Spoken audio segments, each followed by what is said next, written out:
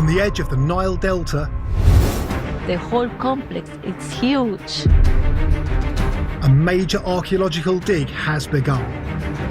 We found the skull. This is the search for the real historic Cleopatra, the leader, the politician, the scholar. And it's attempting to shed more light on Queen Cleopatra and her dynasty, the Ptolemies. She has been thoroughly demonized by the ancient sources and heavily mythologized for this brand of demonic sexuality.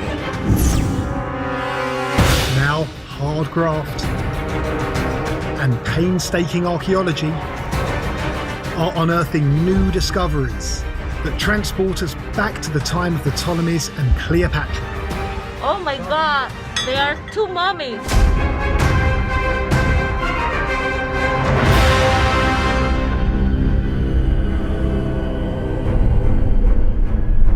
The Ptolemies, the last dynasty of the ancient Egyptians, are fascinating to Egyptologists like me. They were the last in a line of pharaonic dynasties that governed here for over 3,000 years. They came to power in 305 BC and ruled for almost 3 centuries. A ruthless, power-hungry family, saturated with scandal, sibling marriages, infighting, and murder, ending in the most famous of them all, Queen Cleopatra. Now, the best place to look for pharaohs is in their tombs, where they lie with all of the things that they owned in life. That's how we can find out about them. However, Cleopatra's tomb has never been found. In fact, not a single pharaoh's tomb has been found in Egypt from the time of the Ptolemies, and there is little archaeological evidence from that period. Here on the edge of the Nile Delta, on the Mediterranean coast, one of the largest excavations is underway to search for Cleopatra. And it's being led by Dr. Kathleen Martinez. Archaeologists have traditionally searched for Cleopatra closer to the centre of Alexandria, where she was born and ruled. Their only clue to her potential whereabouts appears in ancient texts, including those written by Strabo from 7 BC. They say that she spent her last days hidden away in her mausoleum or funerary temple, but crucially, they don't say where this was. Dr. Kathleen Martinez decided to take a fresh approach. She began hunting for a temple complex that might be connected to Cleopatra, close to, but outside of, Alexandria.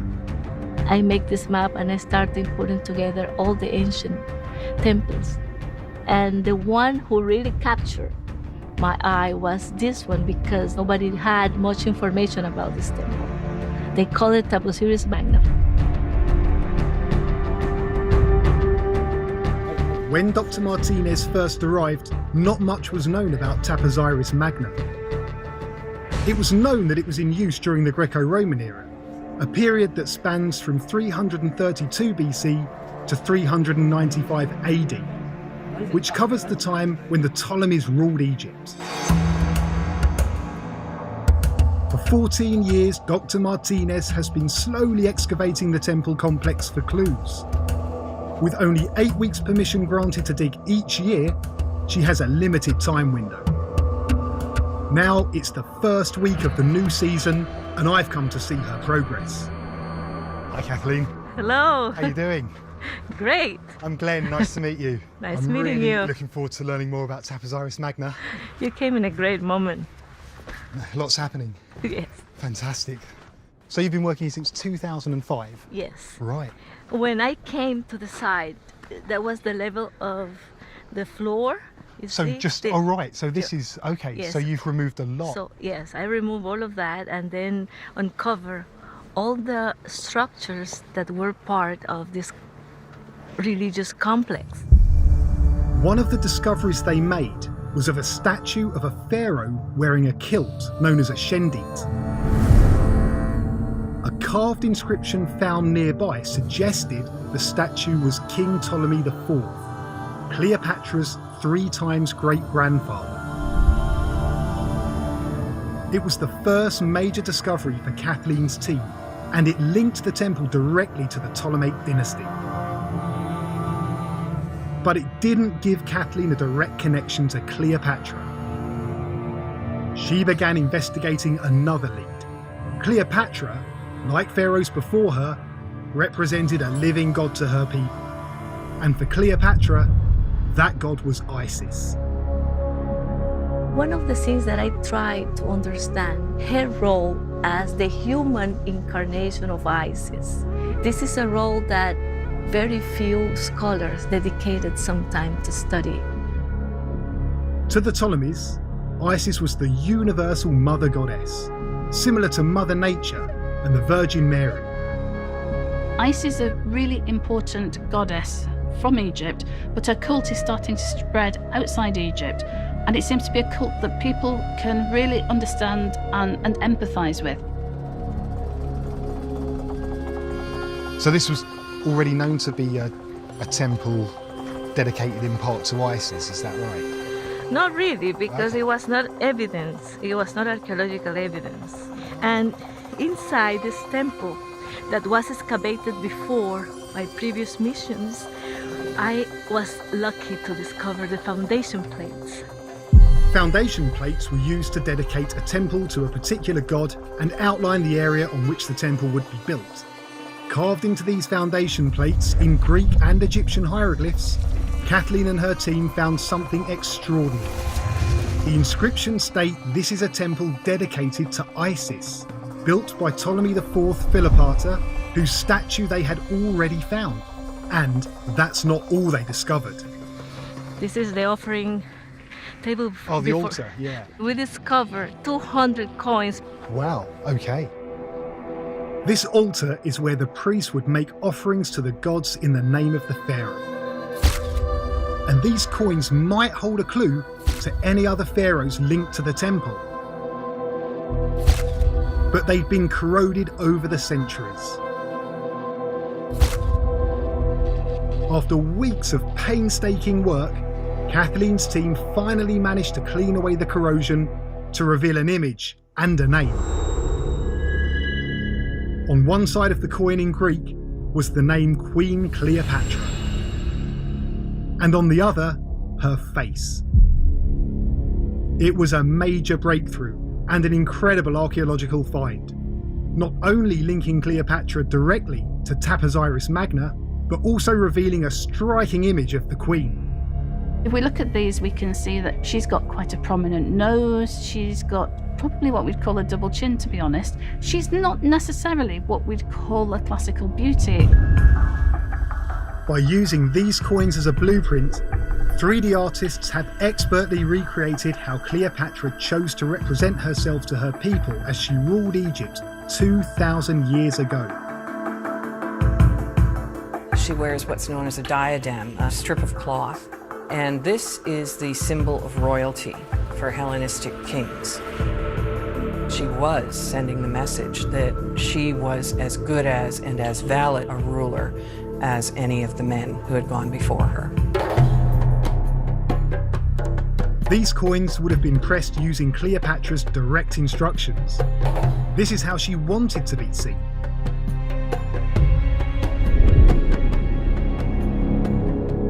Having finally found the proof this temple was in use during Cleopatra's reign, Kathleen believes she will find her tomb here, a discovery that would stun the archaeological world. But first, I want to understand why Cleopatra remains such a mystery to this day, and the answer lies just 30 miles away in Alexandria.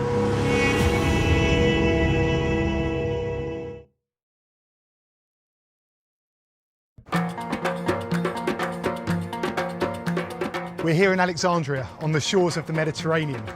This is where Cleopatra was born and raised. Today, Alexandria is the biggest city on the Mediterranean. In Cleopatra's time, it was the biggest in the world. Famous across the ancient world as a centre of learning, culture, and wealth. The natural harbour was divided by a causeway, leading to the famous lighthouse of Pharos, one of the 7 wonders of the ancient world. Built by Ptolemy I Soter between 300 and 280 BC, the lighthouse was essential for trading ships. And at the heart of the ancient city was the Great Library. It stood close to where the modern library stands today. The ancient library at Alexandria was built by Cleopatra's forefathers. It was made with the express purpose of gathering knowledge from across the ancient world so that they could contribute to this monumental centre of learning. It's this that Cleopatra was born into. As a Ptolemaic princess, she would have had access to the library. She was well educated, and the classical authors tell us this. They were particularly impressed by her command of languages. I think this was all done to make sure that she was able to rule.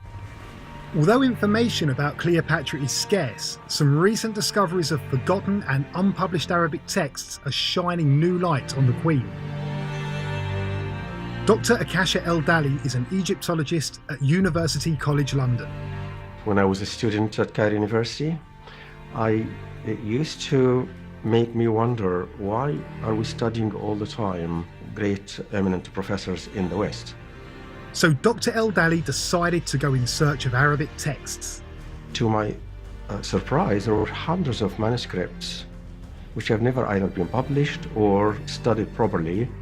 The manuscripts he discovered were written in the Middle Ages by Arabic historians, but they were compiled from much older sources. Lots of materials of interest to an Egyptologist is to be found in medieval Arabic records, but they have since long disappeared. I found a lot of descriptions of tombs that have since long gone, temples, all sorts of materials. The only descriptions of these materials is in medieval Arabic text. So it was terribly exciting. These medieval historians collected information from oral testimonies, Egyptian hieroglyphs, scrolls and maps now lost to modern scholars. The texts fill a gap in Western writings about ancient Egypt. So in our own Egyptology resources, we talk about Greco-Roman materials, we talk about later materials, then we have 1,000 years gap in our knowledge. It's completely neglected, and my aim was simply to use materials from medieval Arabic scholarly works that covers this 1,000 years only to fill that gap. They chronicle a very different Cleopatra to the beautiful seductress more commonly known today. This is one of the most remarkable sources for the story of Cleopatra. It's a 10th century historian called Al-Masaudi, who came from Iraq and traveled to Egypt. She was a sage, a philosopher who elevated the ranks of the scholars and enjoyed their company. She also wrote books on medicine, germs and cosmetics, in addition to many other books ascribed to her. You could feel a sense of deeper appreciation for the woman, not just a monarch. She had within her everything you dream of in a ruler. Great intellectual abilities, great political ambitions, great understanding of the abilities of her own nation. The Cleopatra that is resurrected from the Arabic texts is a brilliant, strategic, well-educated and cunning queen. But today in the West, she is remembered as a great beauty and seducer of men for her affairs with Julius Caesar and Mark Antony. Surely texts housed at the ancient library of Alexandria could have revealed more about the true nature of the Egyptian queen. Sadly not. The ancient library at Alexandria was devastated by fire. This is a copy of the only surviving manuscript thought to have been made using the books housed in the library at Alexandria. Thousands and thousands and thousands of scrolls completely gone, and with them, vital knowledge about Cleopatra's time. That's the reason that we know so little about the real Cleopatra. Then, in 365 AD, a tsunami decimates Alexandria, and with it, Cleopatra's royal palace. Less than 400 years after her death, evidence of the last of the pharaohs slipped under the waves and disappeared from the historic record. Many Egyptologists believe Cleopatra's final resting place lies there too. But despite countless expeditions, divers have found no trace of her tomb. Archaeology is like putting together a four-dimensional jigsaw puzzle, with the pieces scattered across time and no one knows what the picture on the box looks like. Clues to Cleopatra's life or the location of her tomb may no longer reside in Alexandria. Dr. Kathleen Martinez is certain they lie at Tapas Iris Magna. This is a huge site, absolutely enormous, and there's a lot going on here. So in the distance there you can see the temple of Tapas Iris Magna, and then further around here we can see the lighthouse looking structure that marks another necropolis. By using ground-penetrating radar, Kathleen and her team have discovered and excavated 16 catacombs over the past 14 years. I'm halfway between Tapas Iris Magna Temple, which is behind me, and the lighthouse-like structure, which is in front of me. I'm underground in this subterranean area, catacombs, which are a burial site for the Greco-Roman period. Kathleen doesn't expect to find Cleopatra here. They're not grand enough for that. And anyway, most of these catacombs were looted hundreds of years ago. But she does want to learn more about the kind of people buried here in case they offer a further link to the Queen. All of the mummified remains they've found so far have been fragments. That means it would be particularly lucky to be able to find one of these catacombs with a burial inside that's still intact. And actually on the last day of her excavations a year ago, that's exactly what Kathleen found. So what's the story of this tomb? It has an incredible story. This is a moment I've been waiting for a year. This incredible catacomb has stairs going down to an offering table, and it has beneath 3 chambers. At the beginning we thought it were 2, but then the last day of the season we discover one over there. This is what I'm going to excavate. When I was leaving, I covered as much as I could. So you secured it, and you've had a whole year of hoping that things were going to be ready for you to come back and excavate. Exactly. Brilliant. An intact burial would be an incredible discovery because of the information mummies can hold within their wrappings. Traditionally, mummification involved removing the organs. The body would be covered in salt and left for a number of days to remove any moisture, then packed to retain its shape. Resin or plant oils mixed with perfume would then cover the body. Next, layers of linen strips were wrapped around the body, within which amulets or other tokens would be added for magical protection. Finally, a layer of linen or papyrus was applied with glue or plaster to form a hard cartonnage exterior, which could then be painted with motifs and adorned with gold leaf.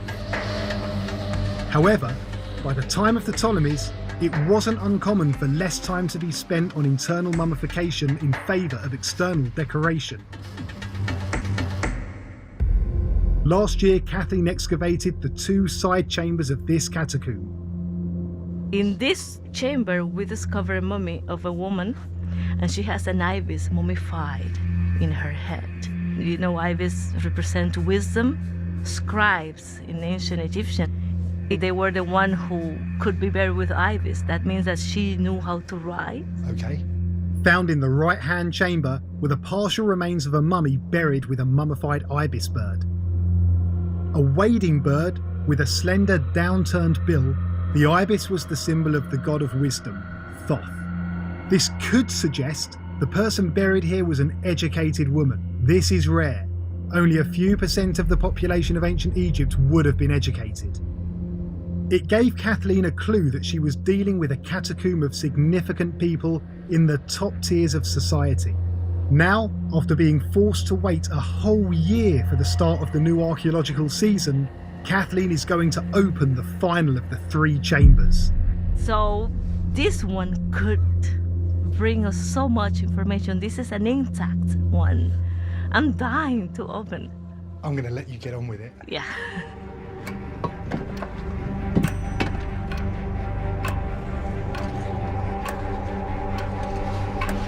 My fish. Jump. Okay.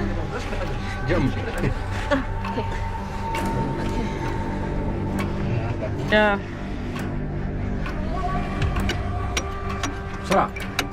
We have a big block and a second block.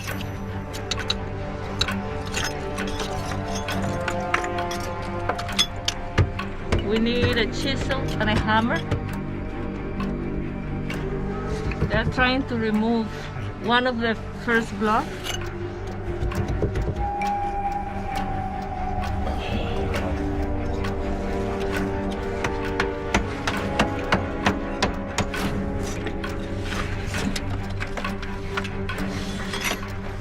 We'll open the first hole here.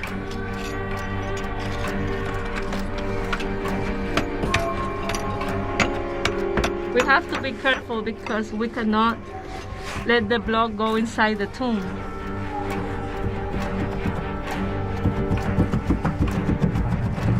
Shwaya, shwaya.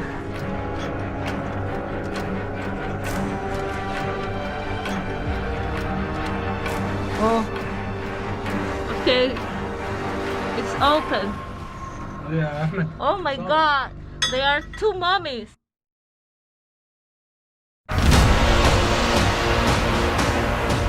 Major excavations are underway at Tapaziris Magna. Dr. Kathleen Martinez has opened a tomb with two intact mummies inside. It's open.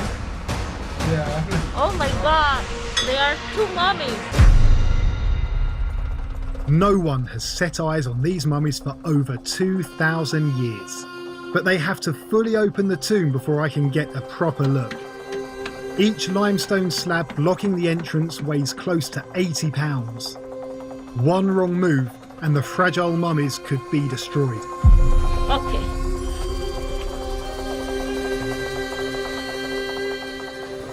Hi Kathleen, you down there? And you have to come down and see this wonder.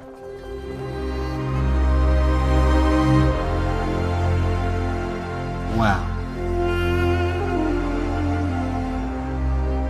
So you've removed the doorway, the blocking, and now we can see clearly what's inside. So what do you make of it? What we think about the mummies right now is the mummification. It's from the late period, which means the time of Queen Cleopatra. I suppose at this period in the Greco-Roman time, this is what you expect to find, isn't it? So you're not looking for decorated tombs and lots of objects in the tombs, but everything is really condensed onto the mummy itself. So any evidence is going to be within those wrappings. Exactly. This simple burial chamber is unlike the tombs of pharaohs, such as Tutankhamun, who was buried 1,300 years before Cleopatra. It was custom then for royalty to be buried with their possessions. We don't know if Ptolemaic pharaohs followed these traditions because we've never discovered one of their tombs. It looks like there was a lot of gold. Yes. Certainly gold leaf, certainly on the one on the right possibly. And Exactly. some on the other one as You well. can see, yes, you can see. And that must be like a cartonnage covering, Yes. right? So linen or papyrus or whatever they've used. That might help you to date these as well, actually. Although now covered in dust from 2,000 years underground, at the time these mummies would have been spectacular. To be covered in gold leaf shows they weren't just anyone. They would have been wealthy, important members of society. On first look, the mummy on the right, mummy number 1, looks to be complete, while the mummy on the left, number 2, has not been so lucky. Why do you think the mummy on the left here is in such a poor state of preservation compared to the mummy on the right? In the back of this tomb, you can see there is a hole coming from the surface. So over years and years and years, water's been entering through from the surface. Exactly. Right, and being soaked up by this mummy, which has preserved this mummy a little better. Exactly. Right. It's phenomenal what she's found down there. The state of preservation isn't great, particularly of one of them. However, now the challenges begin for Kathleen. There's a lot of work to be done now, not least in terms of working out how to secure these mummies, how to remove them safely so that they can be studied further. We need to know who they are, how they relate to each other, how they relate to others in the necropolis. And Kathleen's quite convinced that these date to the time of Cleopatra. So that's a theory that needs to be tested as well. To get any more information about these mummies, Kathleen needs to start by X-raying them. Unfortunately, the tomb is too small to get an X-ray machine in. So the mummies have to come out. They have to find a way to get them out undamaged. Leaving them in the tomb is not an option. They would have begun to deteriorate as soon as the chamber was opened and they were exposed to the elements. I can be inside like I was me. Egyptologist and bone specialist, Dr. Linda Chapon, is called in to examine and help protect the mummies. I'm trying to protect this area of mummy number 1 because with the passing of time, it's starting to crack. Over the next few days, the team get to work, using glue and tissue paper to reinforce the cartonnage and prepare the mummies for removal from the tomb. Protecting the cartonnage is crucial. During the Ptolemaic period, it was common for old papyrus scrolls to be used in the wrappings, much like your fish and chips wrapped in old newspaper, which is why mummies can be an invaluable source of preserved manuscripts. The motifs painted on top could help identify the mummy and tell archaeologists more about their lives. So the area of the skull was very weak. So we decided to fill it with cotton, mixed with a bit of glue so that the cotton was joined together. We hope that like that the cartonnage will not fall down. Then, as the team are working on the remains, they see something fascinating. We can see the scarab here. On the less preserved mummy, number 2, they've spotted a stunning painting of a scarab. Ancient Egyptians believed they would be reborn after death. The scarab, painted in gold leaf, symbolises eternal life and rebirth, ensuring the mummy's future in the afterlife. Unfortunately, mummy number 2 is beyond saving in one piece.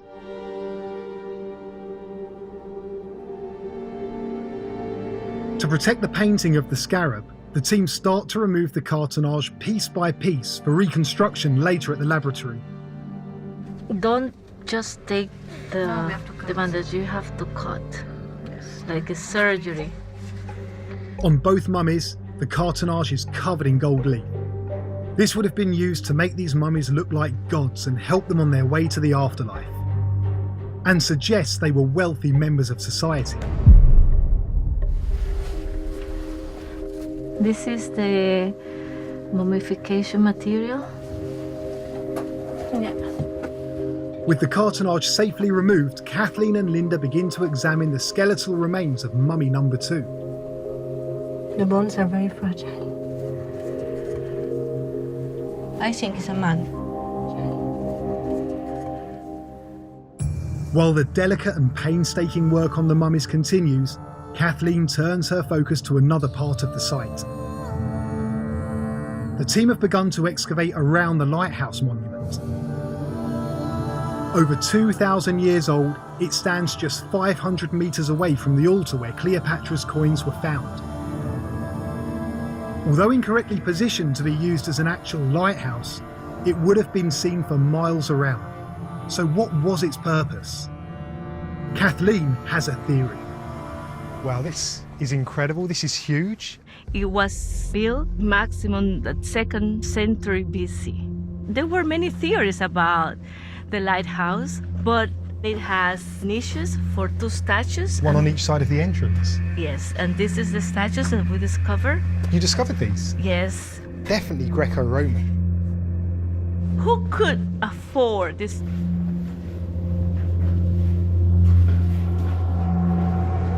It's a huge chamber, isn't it? This is monumental. So these niches are the burial niches where you'd expect the coffins to have been? Because of the 2 statues that we discovered this season at the entrance, it's more like a temple. Really? What's your focus now? We want to confirm if it was a tomb, catacomb, or a funerary temple as we believe it was. For thousands of years, pharaohs would build grand superstructures to mark their tombs, commemorate their lives, and provide ceremonial locations. Perhaps the most impressive of all is the funerary temple for Queen Hatshepsut at Deir el-Bahri. Built 3,500 years ago, it tells the story of her life in hieroglyphs. For Cleopatra, or any of the Ptolemaic pharaohs, no mausoleum or funerary monument has ever been found. Kathleen is hoping this could be such a monument. The lighthouse looks modest now, but she's found evidence indicating that it was a lot more spectacular in its day. After excavating for several weeks, we have discovered pieces of marble, different kind of marble, which explain the grandeur of this tomb. And we have different type of marbles and granite, red granite from Aswan. The quarries of Aswan were 700 miles away up the Nile. The red granite and marble were materials reserved for elites and for royalty who had the means to transport it.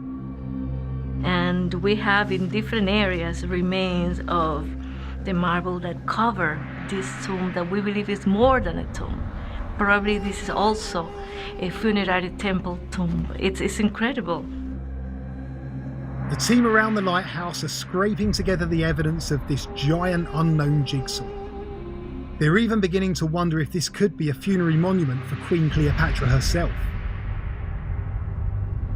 A team working right next to the lighthouse uncover a deep channel leading to an empty chamber. Here they discover a shaft that leads to a hidden tomb. Although the ancient looters have been there before them, they haven't taken everything. As they sift through the sand, clues begin to emerge.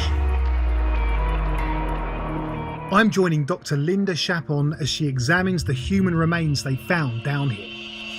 So maybe we will find other pieces of the skull and we can complete it. It would be great. How much of the skull remains? Well, we have missing the forehead, and this is the mastoides. That's just what we have behind the ear. This is the sutures of the skull. So when you are a baby or when you are a child, they are quite open. Yeah. And this one, it's almost closed. So maybe it was 40, 45. It looks like there's quite a lot of excavating still to do. Exactly. So it seems it's Still going deeper. down and could be more, yeah. Yeah. As they sift more bones out of the sand, it seems an entire family was buried here. We have many human remains, and they were mummified. And there were also children. Yes, I already seen one of about 14. So what's your suggestions for what's happening here? Family interment? Oh, that's for sure. I think it was like a multiple burial. The broader archaeological context suggests that this is fairly prestigious No, it was location. very, very important, very important. And we find in this area many fragments of marble. It's a rich material, and fragments maybe of statues and nice amulets, and so it was a burial for rich people, for sure. As the days pass and the excavations continue, Kathleen is finding that this lighthouse monument is surrounded by tombs of the richest members of society. Gold-leafed mummies, a highly educated woman, and a wealthy family tomb. But they're not the only people that are buried here. In the floor of the causeway leading to the lighthouse tomb, they've uncovered something I've never seen anything quite like before. Things have moved on since yesterday. Yeah, we are happy because we found a skeleton. It's quite well preserved for the position where it's placed. So carving the coffin out of the living rock almost like a sarcophagus And, in the floor level itself. Yes, it's very interesting. What is the reason they chose this place? It's really exciting. Yeah. Human remains possibly acting as guardians to a tomb seems unique. The ground's made of limestone, and the Egyptians have carved mummy coffins into the limestone itself. They don't appear to be mummified, just skeletal remains there now, and there could be more to discover too. It's something that we don't seem to see anywhere else in Egypt. So the questions are, who are these people? How do they relate to the tomb owners? How do they relate to Taposiris Magna? And possibly, how might they relate to Cleopatra herself? For Kathleen, her focus is on the lighthouse monument. She's looking for more evidence that this is part of a funerary temple. Aerial images clearly show how the limestone walls that once made up this grand structure in the shadow of the lighthouse monument have collapsed from earthquakes over the centuries. These collapsed walls are blocking the entrance to more unexplored chambers. Chambers that could contain vital clues. The team have only managed to remove one block from the side so far. However, Kathleen is already making remarkable discoveries. This is what I found this morning. This is wonderful. Oh, wow. So This is sword. this literally came up this morning? Yes. So these are brand new finds and some kind of Yes. military equipment, a sword there, a sandal. Until now, we haven't discovered any military equipment, so these are the first one we discovered. This is a Roman's military kit and is the first found at Tapas Iris Magna. It's another crucial link to the Ptolemaic dynasty. The time of the Ptolemies was a melting point of history. The emerging Roman Empire was conquering Europe, and it was only a matter of time before Egypt was next. But Cleopatra didn't just have the Roman Empire to worry about. She had problems closer to home. In 48 BC, she is fighting for her throne with her younger brother. Caesar, fighting a civil war of his own, sails into Alexandria harbour wanting to secure Egypt and its resources for Rome. At the time that Caesar and Cleopatra encountered each other in Alexandria, Caesar was 52 years old. Cleopatra herself was 21. She saw this as an opportunity to gain his support and to do so in a way that no Ptolemaic ruler had ever done before. She's the Queen of Egypt. She can sleep with who she likes. A major part of her duty is to obtain an heir to the throne. She gets an heir, she gets a son. And this son really strengthens her right to rule Egypt. Egypt becomes the breadbasket of Rome, and Caesar the iron fist behind Cleopatra's throne. Their people and fates now bound. At Tapas Iris Magna, the team have finished preparing the mummies for removal. One at a time, very carefully, the mummies are slowly starting to be removed from the tomb. This is a really delicate operation, real precision work down there. But once they are removed from the tomb, they can be further conserved, they can be analysed, they can be x-rayed, and hopefully Kathleen can start saying something about who these people were and when they died. It's the last week of excavations at Tapas Iris Magna. Dr. Kathleen Martinez's team have finally managed to extract the intact mummy number 1 from the tomb. This is a big moment, and I thought it wouldn't be possible for us to remove the mummy and protect the cartonnage. هنشوف بقى نجرب كده. What secrets might be hidden under the cartonnage? Kathleen hopes an X-ray might reveal more information. This is the first intact mummy that we discovered at Tapas Iris Magna necropolis, and we need to know the type of mummification they used to do here, and we will know through the X-ray. They are looking for any clues that might indicate the date of the mummies. If they can see unpreserved organs, that would suggest that the burial was from the Ptolemaic era or later, since they spent less time on the internal mummification process. X-rays can show internal tissues, bones and organs. Osteologist Dr. Tahir carefully examines the scans.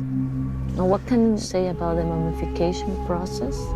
Without remove anything on the body. They didn't remove anything for the mummification. I think that. I think. Dr. Tahir confirms that no organs were removed. Along with the catacomb-style burials and the temple context, this means these mummies are most likely from the Ptolemaic era.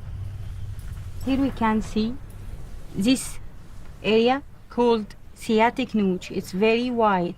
That means it's female. Yes. More than 18 because the third molar appear after 18. It's amazing. Now we know the sex, and we've been discussing, and it's been confirmed by the osteologist and the radiologist. A man and a woman buried together. Perhaps they could even be husband and wife. And we can see also the placement of hand. We can see this spoon from the hand above her pelvis. They told us the mummy could be like this. So it's very amazing and very excited information. Pharaohs are often buried with their arms across their chests, carrying the staff and flail. It seems this mummy was buried with its arms lowered across the pelvis, which the team believes in this necropolis is indicative of a woman of high status. If their suspicions are correct, then this was an educated, high-status woman in ancient Egypt. And at this time, in this place, it's likely that she worked at the temple of Osiris Magna, perhaps even as a priestess at the temple. But that's not all the X-rays can tell us about her life. Here we can see something strange and different. This is the fracture. The fracture was before. Before you, yes. This fracture shows signs of healing. It captures a moment of time some 2,000 years ago in the life of this woman. She was injured, but lived in a society and had a position within that society that afforded her time to recover. The X-ray is helping to uncover details of the woman that was buried here. We had a great discoveries. I'm so sad that it's finished the season. We have to wait for next season, but in the meantime we'll be working with the reconstruction of the mummy and see how the cartonnage could be restored. This delicate restoration of the cartonnage will have to take place in the safety of a laboratory. It's hoped that the intact mummy number 1 and the cartonnage they saved from mummy number 2 might reveal more about the Ptolemies and maybe even of Cleopatra herself. The things that we must highlight are that the cartonnage of the mummies is special. The location of the tomb, it's special. The mummies were wrapped in gold leaf, a sign of wealth. They were most likely educated, and in Ptolemaic Egypt, priests were some of the only people that could read and write. If they were priests, then they were part of high society. It's possible that they interacted and met with Cleopatra. In a purely Egyptian temple, you would find only the king being able to offer to the gods. Because Cleopatra is, as a ruler, the head of all the cults, she technically should be making all the offerings in all the temples throughout the land of Egypt, but she clearly can't do that. She appoints high priests. Religion and the temples were the central organising factors of society in ancient Egypt, and priests played a key role in maintaining a pharaoh's power. It was in Cleopatra's best interest to keep them close and on side. How much she goes into the temples and makes the offerings, we don't know. How much she even communicates with the priests of the cult, we don't know. It's not recorded for us at all, unfortunately. Although other Egyptologists have their doubts, Kathleen believes that she's walking in the footsteps of Cleopatra. From years of excavations and this year's discoveries, we can now rebuild what Osiris Magna would have looked like during the time of Cleopatra, when the Queen herself may have visited and met with priests and priestesses of the Temple of Isis. But there is more to this season than the discovery of these extraordinary mummies. Uncovering multiple burials of important people make the necropolis of Osiris Magna a tantalising place. With this information that we have now, it's a new evidence why these people wanted to be buried here. Although she can't be sure, Kathleen believes the lighthouse could be a Ptolemaic funerary temple, the first ever discovered, overlooking a temple built by Cleopatra's family, dedicated to her goddess Isis, and still in use during her reign. Kathleen's archaeological discoveries are helping her slowly to piece together this tremendously difficult jigsaw puzzle. Archaeologists have suspected for years that Cleopatra's tomb was lost in the tsunami that decimated Alexandria. But Kathleen is questioning those assumptions with the evidence she's collecting at Osiris Magna. Even I'm starting to wonder if Cleopatra could be buried here, just waiting for Kathleen to uncover her and shock the archaeological world. We're back in ancient Egypt next Thursday at 9 for a brand new The Curse of King Tut. And same time tomorrow, Bethany Hughes gets a right royal welcome when she drops anchor in Corfu. And as well as enjoying the gorgeous blue skies as an extra special tipple, she just has to try on her Greek Odyssey. Next tonight, how tragedy could have been avoided in the 10 mistakes that sank the Titanic.